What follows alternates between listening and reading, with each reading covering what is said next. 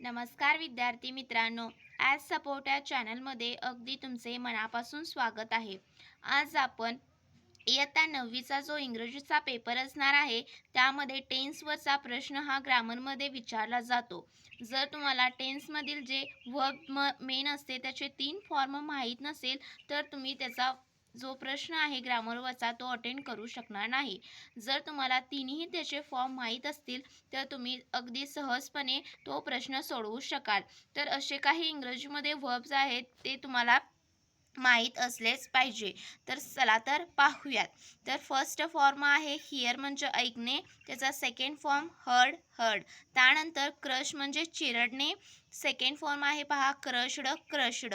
दुरुस्त करणे, रिपेअर म्हणजे दुरुस्त करणे, रिपेअर्ड रिपेअर्ड. तर ईडी हा प्रत्यय लागलेला आहे पहा. आणि हिअरचं हर्ड हर्ड हा काय असणार आहे वर्बचा सेकंड आणि थर्ड फॉर्म असणार आहे. आणि क्रश आणि रिपेअरचं ईडी लागलेला आहे पहा. इथून पुढे जे असणार आहेत वर्ब्सचं त्यामध्ये मी तुम्हाला कशा प्रकारचे वर्बचे फॉर्म असणार आहेत आणि कोणत्या वर्बला ईडी प्रत्यय लागतो ते देखील मी तुम्हाला सांगणार आहे. चला तर व्हिडिओ स्किप न करता पूर्ण पहा. तर ओपन म्हणजे उघडणे उघडणे, ओपनड ओपनड. क्लोज बंद करणे, क्लोज्ड क्लोज्ड. मेक बनवणे, मेड मेड. बोरो उसने घेणे, बोरोड बोरोड. त्यानंतर अलाव म्हणजे परवानगी देणे, अलाउड अलाउड. प्रूव्ह म्हणजे सिद्ध करणे, प्रूव्ड प्रूव्ड. कॉल म्हणजे म्हणणे किंवा बोलवणे, कॉल्ड कॉल्ड. स्टॉप म्हणजे थांबणे थांबवणे, स्टॉप्ड स्टॉप्ड. जंप म्हणजे उडी मारणे, जंप्ड जंप्ड. प्लेस म्हणजे ठेवणे, प्लेस्ड प्लेस्ड. वर्क म्हणजे काम करणे, वर्कड वर्कड. त्यानंतर रिफ्यूज म्हणजे नकार देणे, रिफ्युज्ड रिफ्युज्ड. ॲग्री म्हणजे संमती देणे किंवा सहमत होणे, ॲग्रीड ॲग्रीड. राईट. तर इथून पुढे जे वर्ब्स असणार आहेत त्यामध्ये जे वर्बचे फॉर्म फर्स्ट सेकंड आणि थर्ड फॉर्म जे वेगवेगळे असणार आहेत पहा. तर ते तुम्ही लक्षात ठेवायचं आहे. यामध्ये राईट म्हणजे लिहिणे, त्याचा सेकंड फॉर्म असणार आहे रोट आणि थर्ड फॉर्म देखील वेगळा असणार आहे रिटर्न. त्यानंतर गो म्हणजे जाणे, फर्स्ट फॉर्म, सेकंड फॉर्म असणार आहे वेंट आणि थर्ड फॉर्म असणार आहे गॉन. त्यानंतर स्पीक म्हणजे बोलणे, फर्स्ट फॉर्म, सेकंड फॉर्म असणार आहे स्पोक आणि थर्ड फॉर्म असणार आहे स्पोकन. त्यानंतर पहा टेक म्हणजे घेणे आणि याचा देखील सेकंड फॉर्म असणार आहे टूक आणि थर्ड फॉर्म असणार आहे टेकर. तर अशा प्रकारचे जे तुम्हाला वर्ब्स नेहमी लक्षात ठेवायचे ज्यांचे फर्स्ट फॉर्म, सेकंड फॉर्म आणि थर्ड फॉर्म वेगवेगळे असतात आणि हे नेहमी तुम्हाला काय केले जातात तर विचारले जातात. आणि तुम्हाला जर फॉर्म्स माहीत नसेल तर तुमचं ग्रामरवरचा हा जो टेन्सचा प्रश्न असणार आहे तो अगदीच तुमचा चुकणार आहे. जर तुम्हाला माहीत असेल तर तुम्ही यामध्ये पैकीच्या पैकी मार्क्स हे नक्कीच घ्याल.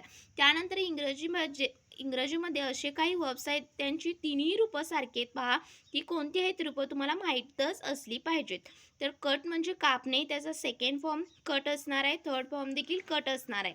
त्यानंतर पुट म्हणजे ठेवणे आणि सेकंड आणि थर्ड फॉर्म देखील पुट पुट असणार आहे. त्यानंतर रीड म्हणजे वाचणे, सेकंड फॉर्म असणार आहे रेड आणि थर्ड फॉर्म देखील रेड म्हणजे सेमच असणार आहे पहा. स्पेलिंग फक्त प्रोनाऊन्सिएशनमध्ये सेकंड आणि थर्डमध्ये रेड रेड येणार आहे. त्यानंतर बीड बीड म्हणजे किंमत बोलणे आणि त्याचं सेकंड फॉर्म असणार आहे बीड आणि थर्ड फॉर्म देखील सेमच बीड असणार आहे. काही विद्यार्थी मित्र याला ईडी प्रत्यय लावतात ते चुकीचं आहे. त्यामुळे तुम्हाला वर्ब्सचे 3 फॉर्म माहीत असलेच पाहिजे. त्यानंतर पहा बेट म्हणजे पैस मारणे आणि त्याचा सेकंड फॉर्म असणार आहे देखील बेट आणि थर्ड फॉर्म देखील बेटच असणार आहे. त्यानंतर शट म्हणजे बंद करणे, त्याचा सेकंड फॉर्म असणार आहे शट, थर्ड फॉर्म देखील शट असणार आहे. तर काय करा तुम्ही विद्यार्थी मित्रांनो, सर्व जे मी आजच्या व्हिडिओमध्ये एक पान भरून जे वर्ब्स लिहिलेले आहेत ते परत तुमच्या वहीमध्ये लिहून काढा जेणेकरून तुमचा सराव होईल. आणि कोणत्याही एका वर्ब्सचा तुम्ही काय करा तर जे मी आधीच्या व्हिडिओमध्ये सांगितल्याप्रमाणे वर्ब्स टेन्सचे 12 प्रकार आहेत त्यामध्ये त्यातले एक वर्ब्सचा वापर करून तुमचे वाक्य तयार करा आणि ते 12 वाक्यात अगदी तुम्ही सहज त्यामध्ये काय करायचं आहे प्रत्येक वाक्यात टेन्सच्या रूपांतर करून पहा जेणेकरून तुमचा प्रत्येक वर्ब्सचा देखील तुमचा सराव होऊन जाईल. आणि तसं जर तुम्हाला मराठीत अर्थ असा माहीत असाल तर तुम्हाला ते अगदी सोपं जाणार आहे. त्यामुळे हे जे मी व्हिडिओमध्ये दाखवलेलं आहे ते सगळे वर्ब्स तुमच्या वहीमध्ये परत एकदा लिहून काढा जेणेकरून तुम्हाला याचा फायदा 10वीमध्ये देखील बोर्डाच्या परीक्षेत देखील होणारच आहे. त्याचबरोबर तुम्हाला या सुट्टीमध्ये देखील हे जर तुम्ही व्यवस्थित केला तर तुम्हाला परीक्षेच्या वेळी टेन्शन येण्याची गरज नाही. अशाच प्रकारचे जर तुम्हाला व्हिडिओ हवे असतील तर कमेंट सेक्शनमध्ये लिहायला विसरू नका. पुन्हा भेटूयात अशाच नवीन व्हिडिओसोबत. तोपर्यंत धन्यवाद. Thank you so much.